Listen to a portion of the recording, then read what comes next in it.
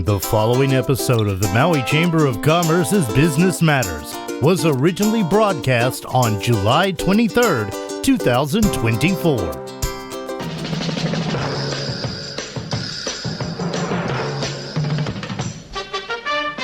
It's time now for Business Matters, brought to you by the Maui Chamber of Commerce. And now, here's your host, the president of the Maui Chamber of Commerce, Pam Toompop. Good morning, Pam. Good morning, Pam. Are you there? I'm here, Gary. Good morning. How are you? I'm doing terrible today. No, I'm just joking. Of course, I'm always good. Always good. My heart sank for a minute. I thought, oh, no. What kind of can of worms did I open here? Well, I'm glad that it's your playful spirit, as always. No, but it's another beautiful day. A beautiful day. Yes, it is. We are thankful that yesterday's fires were put out quickly. We're very grateful for all of the hard work that our firefighters are doing. They've certainly had a lot on their hands over the last year, and they're doing just such an amazing job. So we want to thank them because, again, it was very scary up in Happy Valley, Wailuku area yesterday, and thank them for their tremendous efforts as they've given us consistently across the island. But this morning we are going to talk about wonderful things, and we're going to talk about there's some challenges, but, to challenges, we need to understand those challenges, and then we need to think about solutions as we move forward. We're very blessed this morning to have Senator Troy Hashimoto with us again this morning. He served District 5, which encompasses Wailuku, Waikapu, Waihe'e, and Kahului on Maui. He was, a long-serving representative for us, but was appointed to the State Senate in November 2023 after serving for nearly 6 years in the House. He serves on the Senate leadership team and as an assistant majority whip, and is the vice chair of one of our most important committees, the Housing Committee, because, of course, you have a housing crisis. And he is also a member of the Education, Higher Education, and Ways and Means Committee, all critical committees for Maui. He is a fifth-generation boy. He is deeply rooted in our community. His parents have an amazing persimmons farm up country. And before being elected, he worked for nearly 8 years for the Maui County Council. So a lot of service in our community. Good morning, Troy. How are you this morning? I'm good. Thank you so much. You're very welcome, and we're thrilled to have you on again.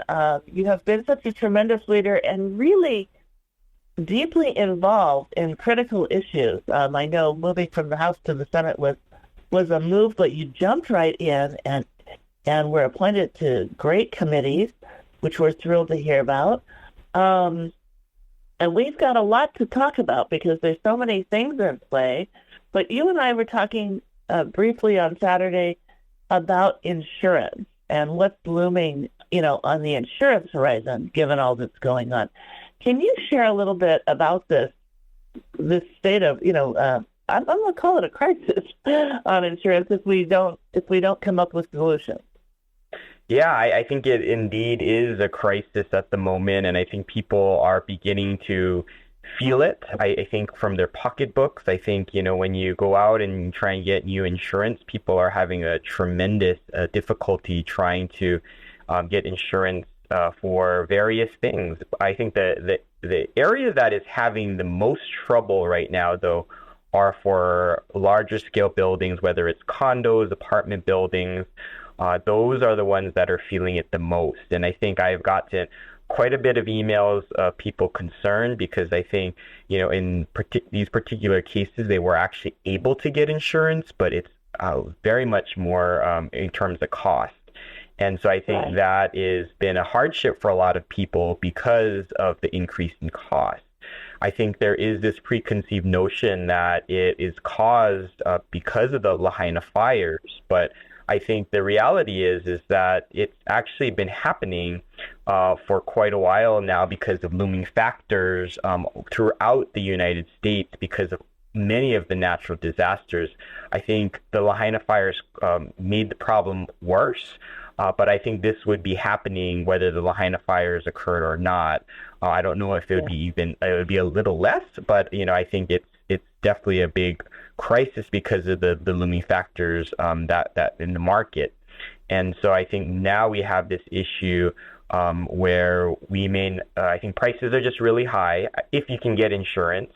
And I think the state is really contemplating what do we do to get these prices under control? Because I think we hear people very loud and clear that they are not happy with the price increases. And I think what will likely happen is it's going to start to trickle down into the single family realm and also into the commercial realm. And we are hearing that. Already. And I know that you're also looking at what happens if we can't get insurance as well, right? Right. So how do we look at subsidizing it and or coming up with alternate solutions? Absolutely. And, I think that the first priority is always trying to get insurance on the private market because that will be typically the least expensive. So the state has an insurance of last resort. And so if you cannot get any type of insurance, the state will help you through our program. And, you are able to get insurance, but it's very, very costly. So the folks who live in Puna, which was the area that had the volcanic eruption, they cannot get insurance. And so they are on the state program, but they are paying a tremendous amount. I think it's a couple thousand dollars a year versus, you're paying $500 for a single family home. And so you're paying that big premium. And so you don't necessarily want to be on the state program. And the state program has to charge a lot more because it has to stay solvent, bottom line. And we're taking on the risky type of projects if you can't get private insurance. And so I think what the insurance commissioner really is trying to do is that he's trying to make sure that all of these private insurers stay in Hawaii, because there is also a risk that some of these private insurers take a look at the market in Hawaii because of the recent wildfire. And this is directly because of the Lahaina situation, and say it's too risky for them at this time, and they might just solely pull out. So we did have a bill this past session to try and address some of the insurance concerns. Unfortunately, we just couldn't get consensus among the legislators of what would actually work, because I think at this juncture, we're taking a look at the whole universe, and we're almost taking guesses on what is needed to make sure that the insurance prices come down. So I think what we committed to at the end of session, because we could not find consensus, is that we would continue working on it through the interim, which is the period right now. I think the governor also did form his own working group. I think Chris Benjamin, from the former CEO of Alexander Baldwin, is sitting on that task force as well. And so I think the hope is that we can come up with some type of solution. Now, the solution isn't necessarily very straightforward. I think part of it was we heard from the industry that maybe we make a fund to calm the markets down, because if the insurance companies know that there's this fund that they could tap into if there's another disaster, maybe they won't keep raising prices. So that was one school of thought. The other school of thought is why, I think people are thinking, there aren't going to insure some of these apartment and condo buildings because of the deferred maintenance. And so I think some of the thought process was, well, does the state step in and force some of these apartments and condos to do the deferred maintenance, and we regulate to help them? But, I think typically how we've looked at it is that these are private associations, and they have to take, the board has to take the leadership. But I think what we've seen is in a lot of cases, especially on Oahu, where I think the basic premise is that these board members join the board so that they keep the maintenance fees low. But in keeping the maintenance fees low, that has resulted in a lot of deferred maintenance, and it has become very risky for the insurance companies to insure these properties.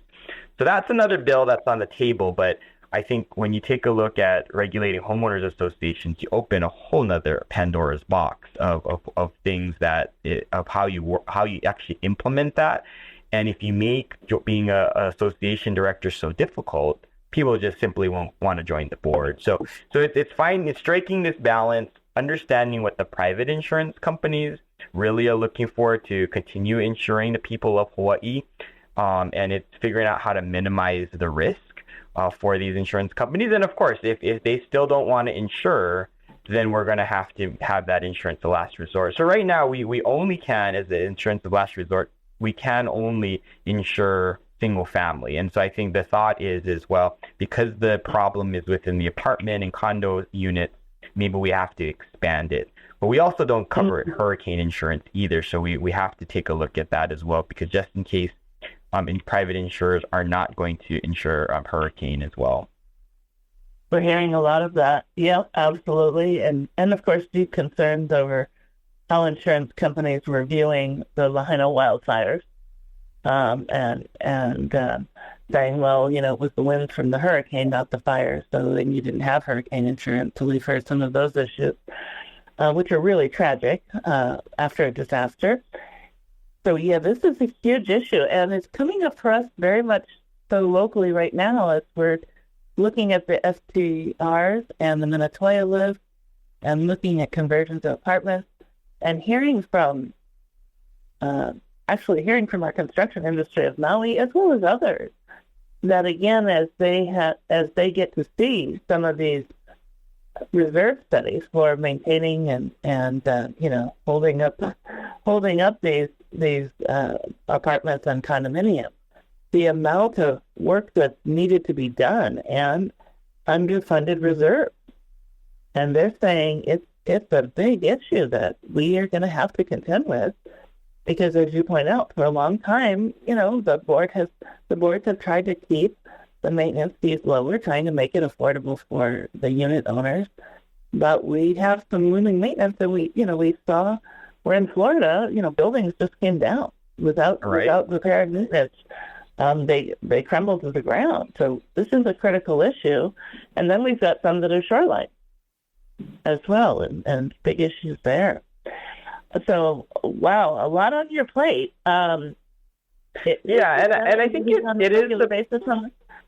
Yeah, I think it's bifurcated as well, because part of it is we're looking at the global insurance issue, because statewide there's going to be an insurance issue. But also, I think Lahaina specifically is going to be an issue on its own. And so we're trying to figure out what exactly do we need to do with Lahaina, because at some point we do not want Lahaina to be like Puna, where they cannot get insurance at all.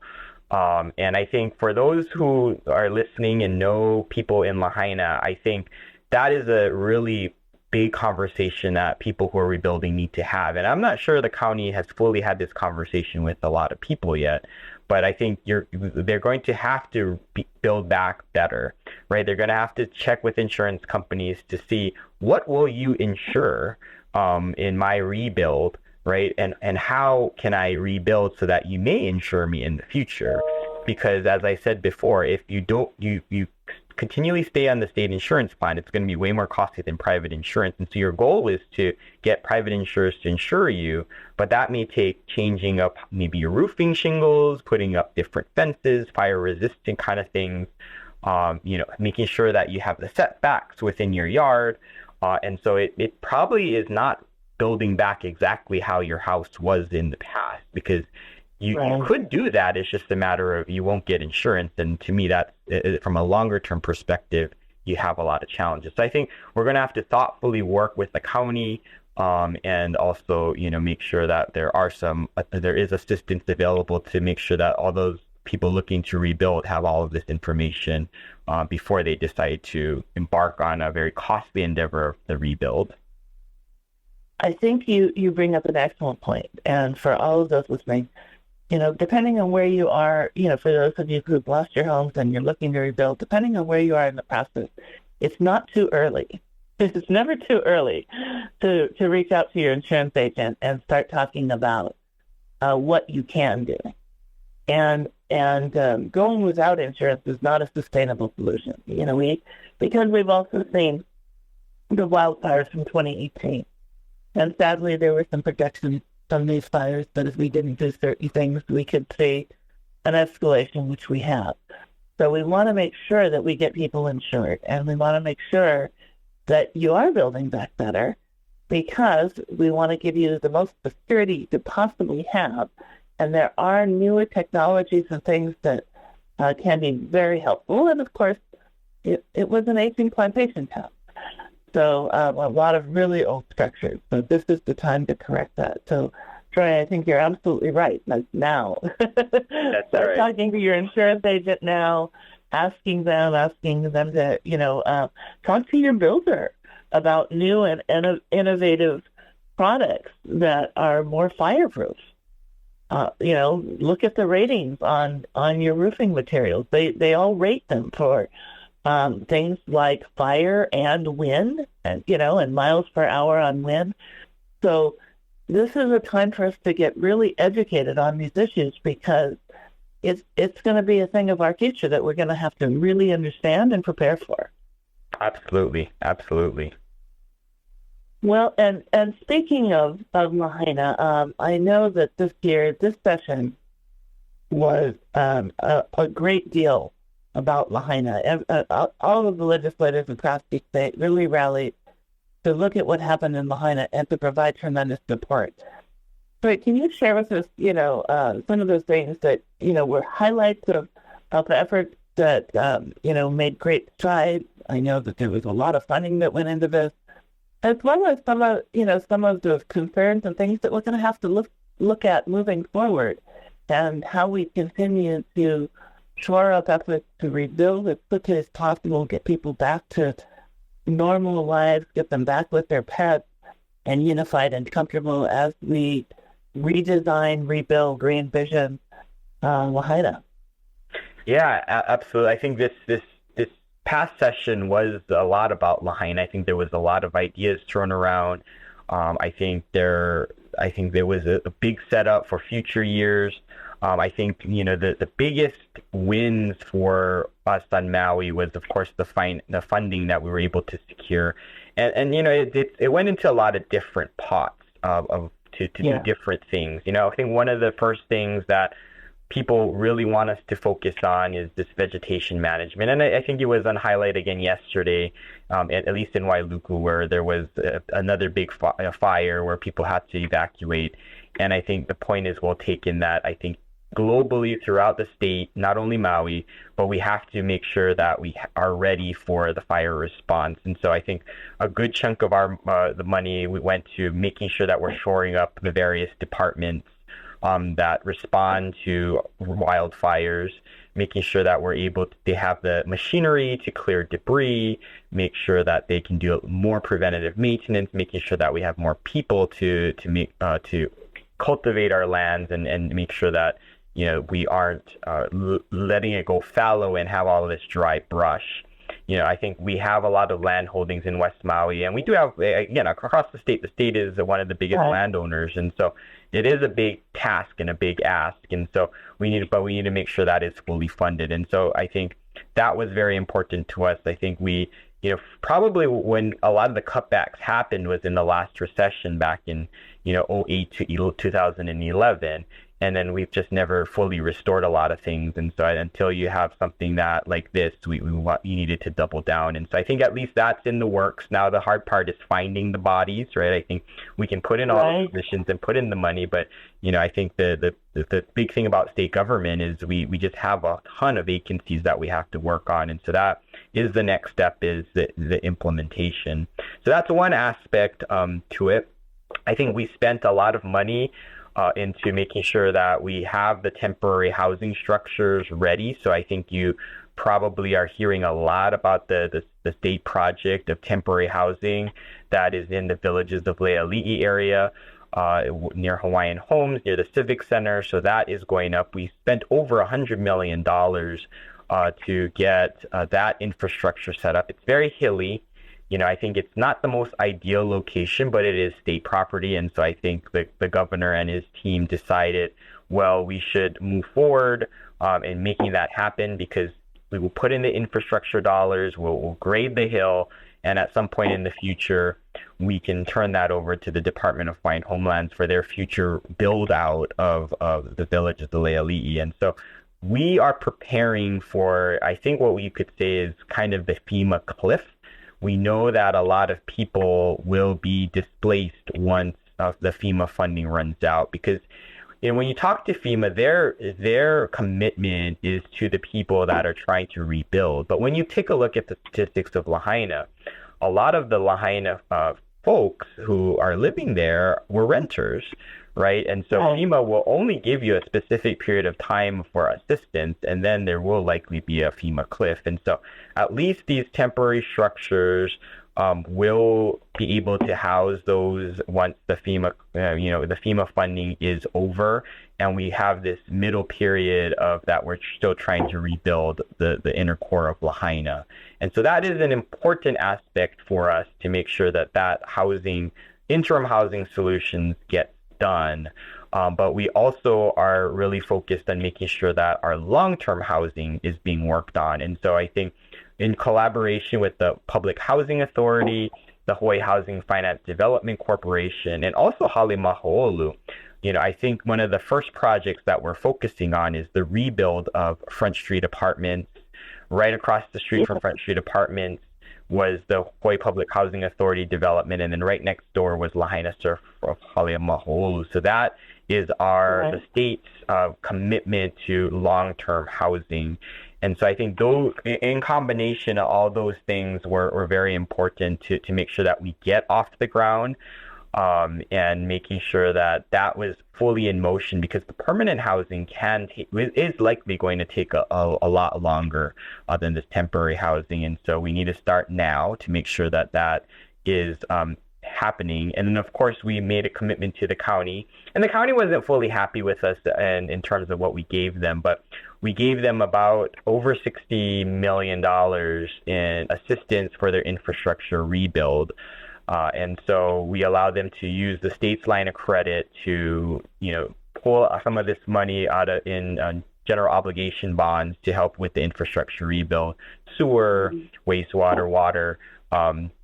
I think we offer that up to them. I think they wanted it straight in cash, but the state, I think this year had some cash issues, so we had to offer it a general obligation bonds. They will get reimbursed for FEMA, so they would have to reimburse us when they get that money back. But at least we have that line of credit offered to them to help them with any of the efforts. It's semantics, I think, right? Yeah. We've got the money. We can move forward. So let's it's really critical that we move forward and get that done.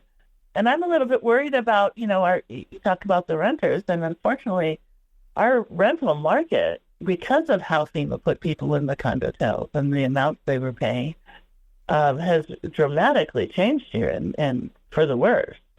I mean, we are seeing it was really hard to find rentals just even during COVID and coming out of COVID, and now we've seen huge price escalation. It worries me. It worries me tremendously on how we will get back to a regular market. I think it becomes difficult when you have the FEMA factor, which we'll have probably for another year.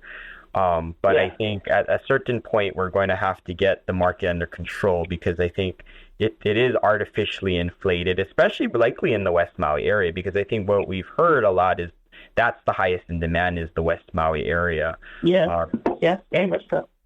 And so but we're hearing it has trickled down. I mean, we've heard it also South Maui. Even though we know most of the people in West Maui wanted to stay in West Maui, but some of those renters, so we're employed in the visitor industry, so they looked at some of the South Maui areas. And we are also, it has impacted upcountry as well. So it's really interesting to hear, and worrisome to some degree, as you point out. How do we get that? It is artificial. So how do we readjust that? Well, we know, we know the first step is that we have to end the eviction moratorium, right? Because that's kind of been artificially holding the market together. We've actually passed a bill this past year to phase out the eviction moratorium. It was based on our COVID times, phase out of that eviction moratorium. We actually got some money to fund that program as well through the judiciary. to start phasing it out over time. And then, of course, we're using mediation to help with the phase out. But I think part of it is that's the first thing in this long journey ahead to get back to a stable market. I think it's helping a lot of people, but it's also hurting people as well in terms of the landlords, because they're facing the same thing that happened in COVID, where they have people that they have those who are just offending and using the law to their advantage and just not paying, and then they can't evict them. And so we have to take care of those folks, and then of course hopefully the trickle down will start to work. But I think there's a lot of programs out there that we have to assist people who can't necessarily afford. It's just, but we do need to get back to a regular market. Yeah. And as you and I were talking too, I mean, so much of, and I'm glad that you have that money that the county can use for our infrastructure, because so much of this, is we have spaces we could put housing, but we don't have the infrastructure for the housing. So that's critical. And then you and I were talking briefly also about, wastewater and addressing the wastewater issue. Yeah. So both West Maui and Central Maui have a wastewater capacity issue. And so in Central Maui, we have an issue where the Kahului wastewater treatment plant is basically at capacity. So if you want to do large-scale developments in Central Maui, that's what's stopping it at the moment. It's because we don't have that wastewater capacity. It's also coupled a little bit with water. I think water is not abundant for housing. And so I think that adds to the complications. It's a water wastewater type of issue. Same with in Lahaina, they do have a water issue, and I think recently the State Water Resources Commission designated Lahaina, right before the fire, they designated Lahaina as a water management area, and therefore all of the water usage for West Maui has to go through the State Water Commission, and they have to figure out usage, and they actually haven't figured that out yet. So they have to still go through their process of allocating water to all of the users. But I think at the end of the day, what they'll find is that there is a shortage, right? There is not enough capacity in West Maui to service all users, especially if we want to do some of the new housing developments. There's not enough existing water, so we're going to have to develop some type of water. So I think one of the things that we are really looking at, and I think Central Maui actually is a little bit ahead than West Maui, but you need to develop out these wastewater treatment plants, and along with that is the recycling of the wastewater and using that water as a resource. And so I think, part of the strategy needs to be that we're going to, of course, build out these facilities and then start building out the tanks to allow for the recycling of the wastewater for irrigation uses, for other purposes that won't use the regular potable water, but you can use this recycled water. So it's a strategy that's really important. I think in Central Maui, it's going to be in Waikapu, and that is going to be both wastewater treatment plant plus the R1 water that will come out of it. But that will help to alleviate the growth that's happening in Central Maui. And so that's really critical. I think we're in the environmental impact statement stage. And the state actually has some money set aside to help the county to push that forward. And so the hope is that we can get that off the ground within the next couple of years with a targeted completion of 2030. But you know how government works. I hope that we can get that 2030 mark. But it's really critical for both the water capacity and the wastewater capacity in Central Maui. West Maui, they're in a little bit of a different situation because they kind of have to recycle that water because of the recent Supreme Court lawsuit on injection wells. And so West Maui, they're going to have to figure out what to do with that resource sooner than later, because whatever new capacity is being put into the wastewater treatment plant in West Maui, it has to come out and be used through recycling. They can't inject anymore. But I think at the end of the day, because West Maui has so little water, they need all of that recycled water, and they should be using that as a resource anyway. But the costly part of that is build out of the infrastructure. So the county really needs to figure that out, and as they rebuild the rest of Lahaina, that has to be a big part of their strategy. Yeah, that's going to be critically important. You know what?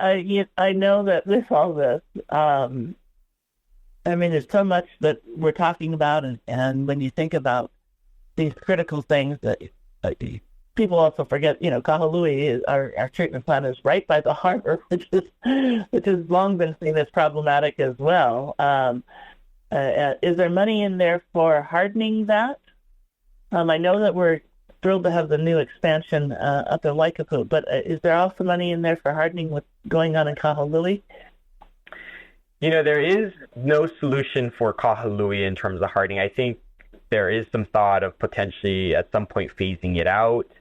But I think it's that the phase out is much longer. I think Hawai'i Electric, of course, you probably heard this, that they do want to phase out their Kahului electrical plant, but at this point there is no plan to phase out the wastewater treatment plant.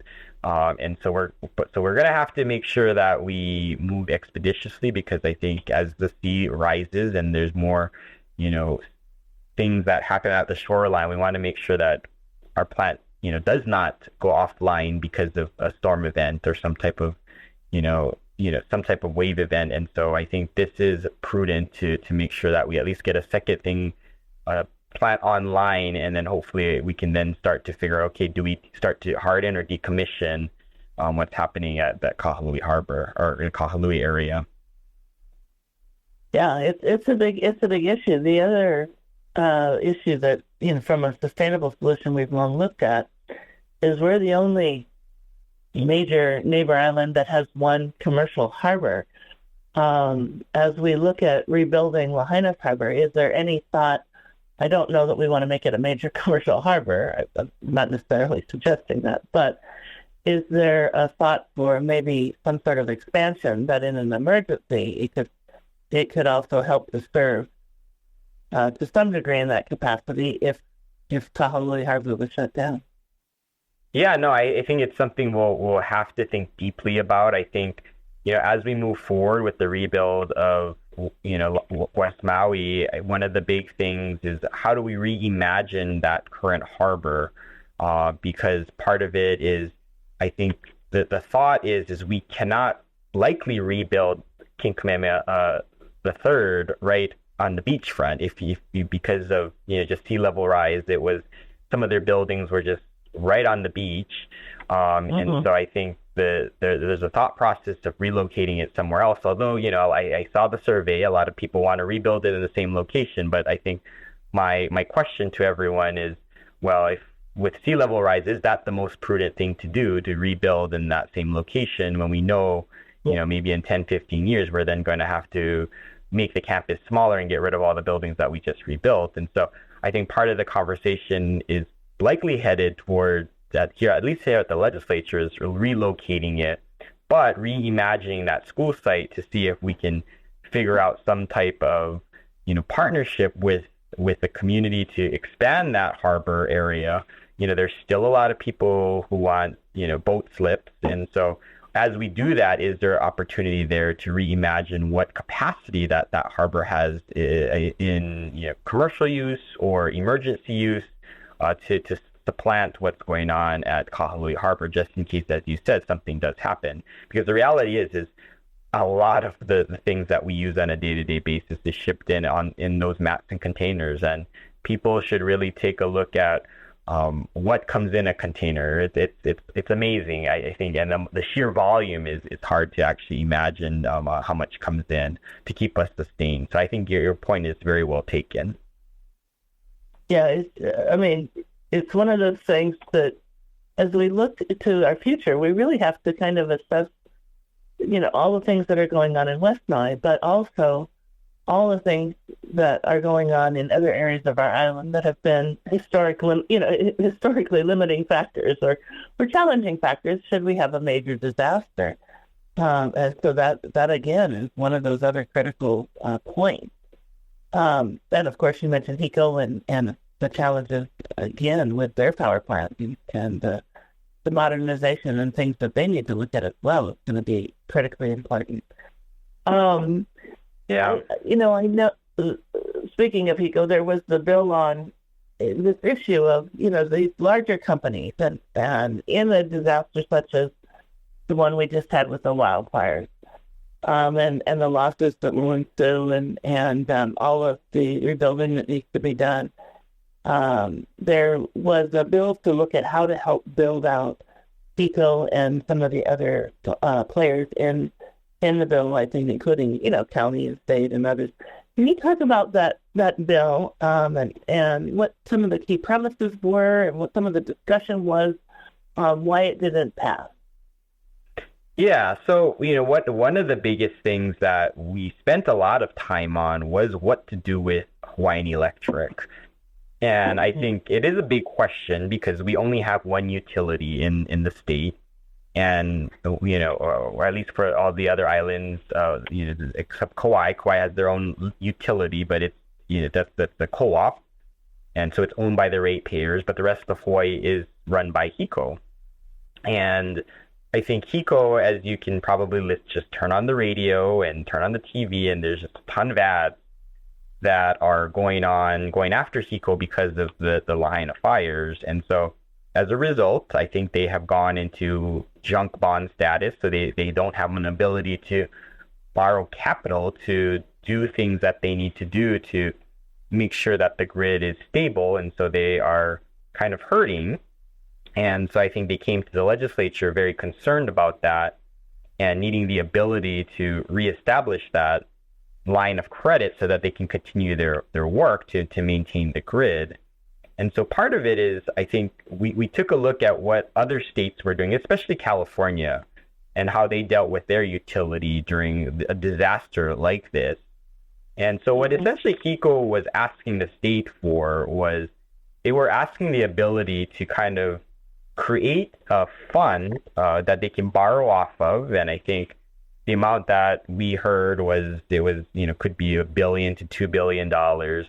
And in exchange, they would then, for the next 30 years, be able to bill the ratepayers some type of fixed dollar amount. I think a lot of numbers were thrown around, but I think the number that we heard was, maybe $5 or $6 a month for the next 30 years. And so they wanted that in exchange to make sure that they could sustain themselves, get that line of credit moving, and making sure that, they wouldn't necessarily have to file bankruptcy in the short term, and they could continue operating. And so I think when we took a look at the economics of that, I think what we really wanted to know from HECO was what exactly were you going to spend that, $1 to $2 billion on? And what were the priority projects that they were going to get off the ground because of this financing mechanism? And I think when you take a look at what happened in California, what really worried us was there really was no safeguards in terms of just using that as kind of a fund to allow them to borrow, not necessarily from that fund where the amount is capped, but there was, because I think what in that fund, the shareholders would not get any profit off of it. I think there's protections from that fund, but they use that fund essentially to then, use money on their operating side where they do make, they can take profit off of it. And so there was the question of safeguards in terms of how do we stop that from happening. I think the other part was, I think they kept telling us that they wanted to be locally owned and not necessarily and operated, and they're a publicly traded company, so I think they're not necessarily locally owned, but at least they're locally operated. And so we wanted to have some assurances that they continue to be locally operated, right? Because if they get into a better financial position, what's stopping them from being sold off? And so I think we can figure out some type of compromise with them, but I think it was just too quick this past session to hash all of that out. So I think what a lot of people need to really think about is what is the future of your utility that you want to see? Do you want to see, of course, I think all of us want it to be locally managed. I think that is the top priority, so that when you want to resolve an issue, that the CEO is right in Honolulu. It's not somewhere on the mainland. I think part of it is we want to make sure that HECO has the ability to do the upgrades that they need. I think that's a no-brainer. I think we want to see them to make improvements based on what we learned. And we know that that's going to take capital. But I think when you ask the ratepayers what's their top priority, yeah, in making sure of what they get out of HECO, I think a lot of times it'll be they wanted all that at the lowest cost possible. So it's quite the balance, and to make it all work and to get the best deal for the ratepayers, sometimes it's very, very difficult. I think we're going to have to see what are those elements that are really needed. We'll have to see. I think there's talks in the media about a potential global settlement with the Lahaina fires, and I think that amount is going to matter on how much is going to be borne by the electric company versus the state versus the county versus all the other entities, because that will matter in the long-term solvency of our electric company. But I think we all agree that we need to have a stable utility, and I think that's the priority of the legislature. But we want to make sure that ratepayers are protected as well. Yeah, we've done a great job on solar, but we are not ready yet. We're not even close. Yeah. And this is really critical. Again, the stability of the system is really critical. We learned a lot with why they didn't shut the power off, and it's important to understand. If you don't have this in your household, and we don't, so maybe you don't think about it every day, but there are many people who are on health systems where they need to have constant power to run those systems that help them breathe and, are helping them, stay alive. So it's a real, stability is important. We don't even want hiccups in our energy systems because that impacts so many people. And of course we're going to have time to get it, but this is really critical, and I'm glad that you talk about locally managed and the importance of this, because again, they are a publicly traded company. We don't want to see them sold off, and I'm glad that the legislature really kind of held their ground to say, we want to help them. We know we need, there's going to be help that's needed. To keep the utility company here, to keep the things that we really want, but to hold off for those assurances. I think that that's critically important. Yeah, and we actually, so the good thing is that they did file for a line of credit with the Public Utilities Commission. I believe it was a couple $100 million. And so it's not like the state is not giving them any type of assistance in terms of trying to shore up their liquidity. But I personally actually asked them to please start applying for all the type of federal infrastructure grants that can help them with the undergrounding, because I think the bottom line is, we will need money to help us underground utilities and harden the grid. I think what people don't realize is that, especially as we rebuild Lahaina, if you want to underground within your neighborhood, under the current rules, the homeowner actually has to pay for that undergrounding. And so I think I really encourage them to go after federal funds so that can be paid for by federal funds versus the actual homeowner.